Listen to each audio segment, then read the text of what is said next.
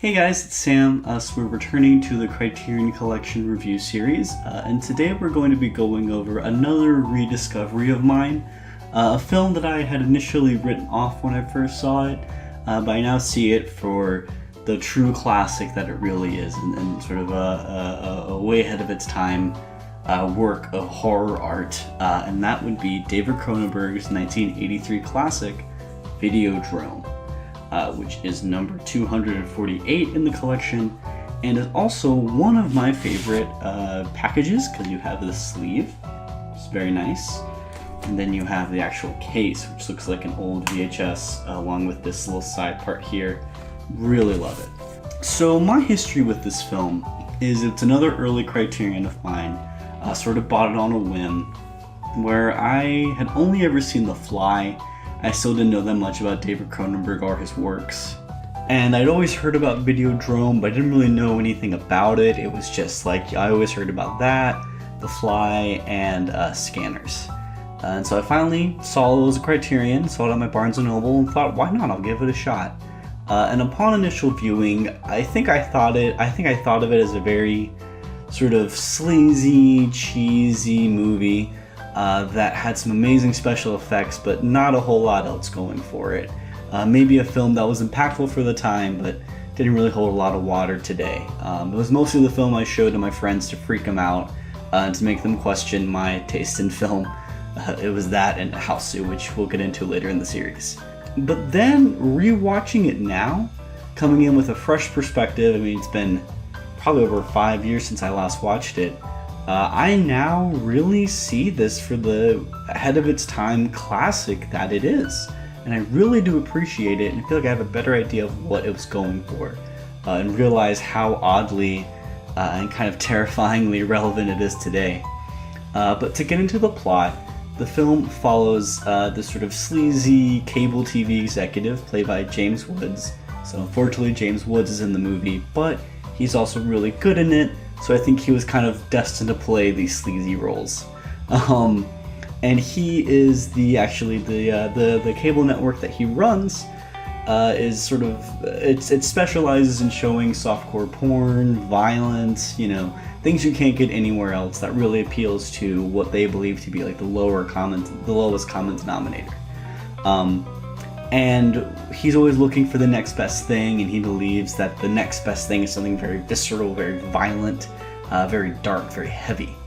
And so one day he finds this pirate TV station that is showing this very violent, dark, heavy show called Videodrome, which is essentially just watching people get tortured for like 30 minutes or an hour. And he believes it's the next best thing, and he's trying to get it onto his network.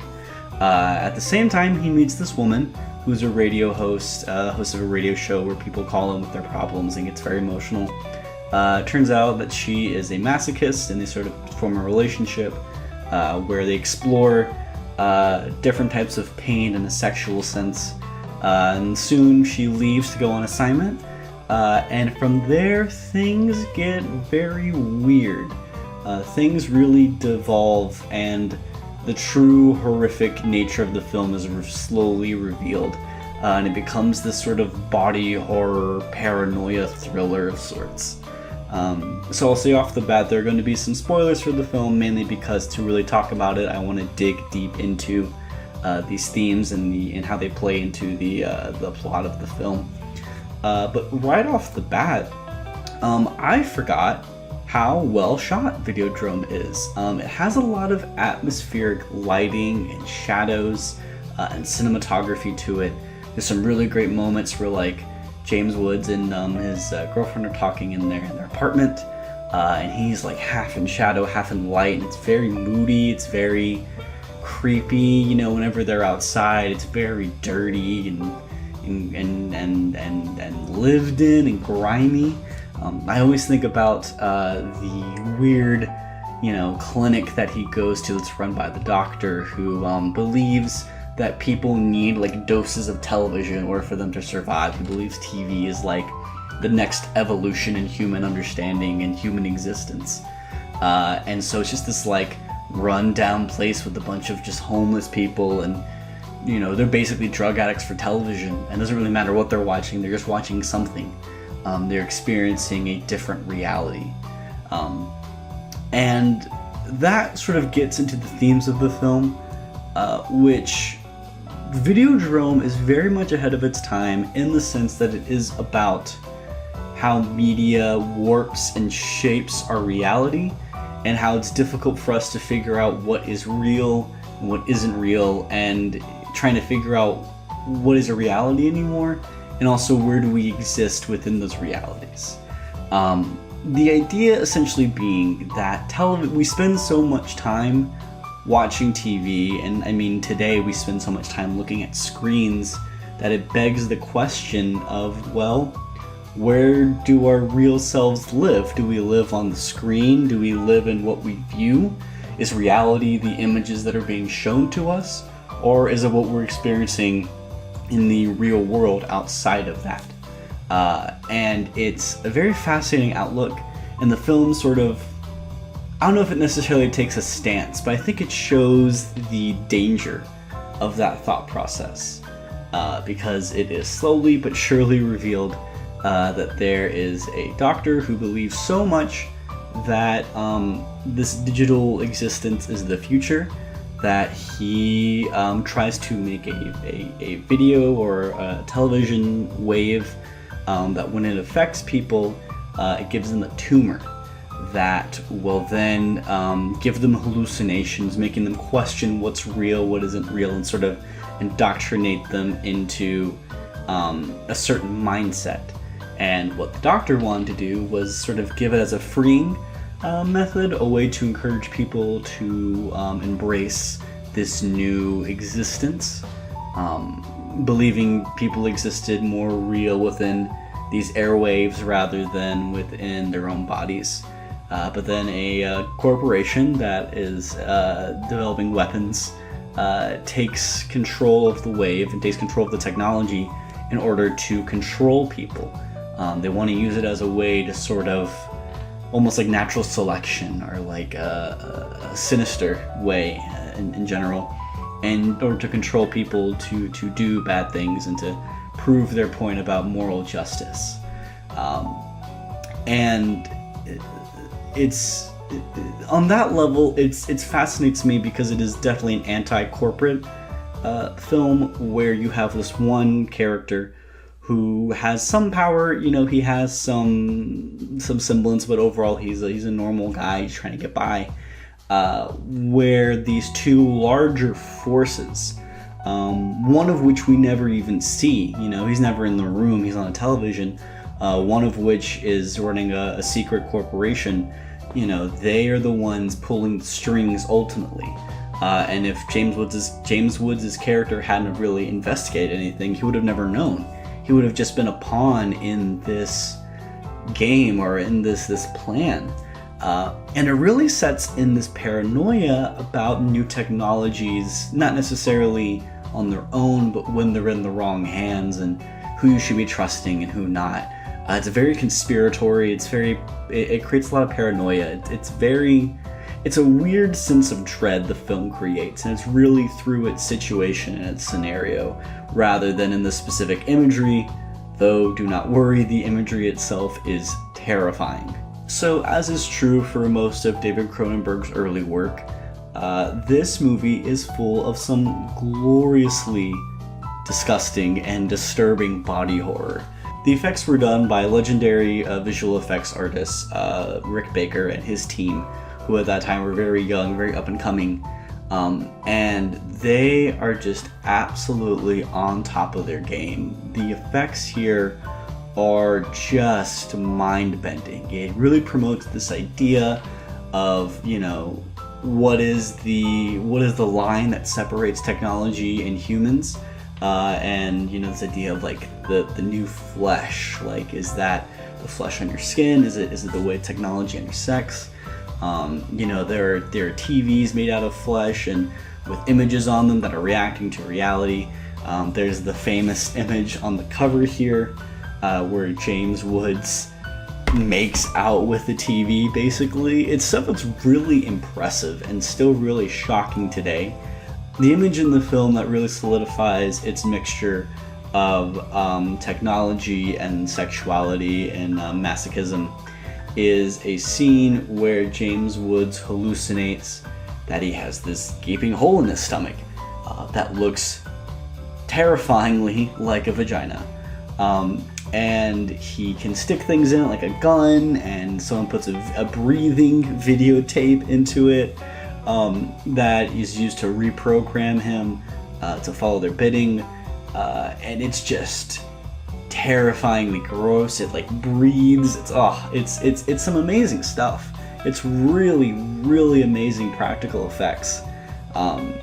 And you know, if the film was just about what it's about, it'd be a really good movie. It'd be a very solid movie with a good performance, good cinematography, a really great score, really interesting themes that are so relevant today.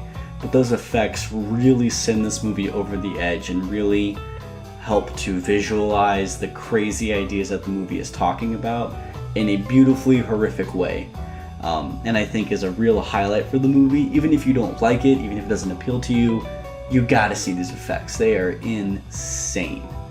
But I think that, along with just being a little bit more mature, being able to more accurately and effectively interrogate the art that I watch and the media that I consume, I found that I really love Videodrome, and I have a better understanding of it. And it's quickly become one of my favorite horror movies, one of my favorite Criterions as well. This release is way more jam-packed than I remembered, because in this disc alone, you get some really great behind-the-scenes features. I think there's 2 documentaries about specifically the production of the film and of the visual effects, which, if you want to get into practical effects, is so fascinating to see what they went through, the different techniques they had to use, and just how much they tried to keep costs down, and how sort of it was a ragtag group of artists coming together to make something truly terrifying and spectacular. A really interesting roundtable interview with David Cronenberg, John Carpenter, and John Landis. John Landis, he's not great. He's not a great human being, but it's fascinating because it is made after An American Werewolf has come out, while The Thing is in the last months of its production, and a year before Videodrome comes out. So it's all these 3 directors sort of at different points in their creative process of making some of their most iconic films. They have really interesting perspective on horror, on censorship, on media in general. It's a very good talk. Oh, one cool thing is they have the actual footage they shot for some of the shows that they present. So there's Samurai Dreams, which is this Japanese softcore porn film, and they have the whole short, I guess. They have the whole Videodrome short as well. Yeah, and then just some like trailers and things like that. But then you get this really great booklet, a very thick booklet. As you can see here, just very thick as compared to the others, with a really great 2 great essays.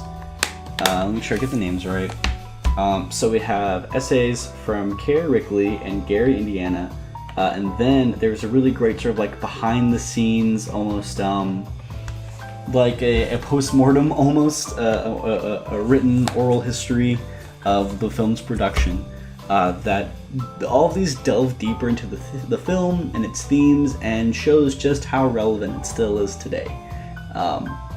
And I think that is the ultimate takeaway I have with this film, is even though it was made 20, almost 30 years ago, it is still, God, I think it might be almost 40 years at this point, jeez, but it is still relevant, it's still impactful. It shows the power not only of practical effects, but of, you know, revolutionary and solid ideas that are fully explored. It's a film that really does create horror, not only with its images, but with its ideas and the way it presents these ideas and creates this sense of dread through its lighting, cinematography, performances, soundtrack. Just everything comes together to make a really impressive, really fascinating movie that I feel bad for ever having undermined or doubted at any point in my life. But thank you all so much for watching. I hope you enjoyed. What do you think of Videodrome? What do you think of David Cronenberg? Let me know in the comments. If you like this video, that's great. Please like it. If you want more people to watch it, please share. And remember to subscribe as well. If you want updates, remember to ring the bell. And if you want to see more reviews, come back next time. We're going to be talking about the Battle of Algiers, which is a very famous revolutionary film that popularized the documentary style. But thank you all so much for watching, and hope you have a great rest of your day. Bye-bye.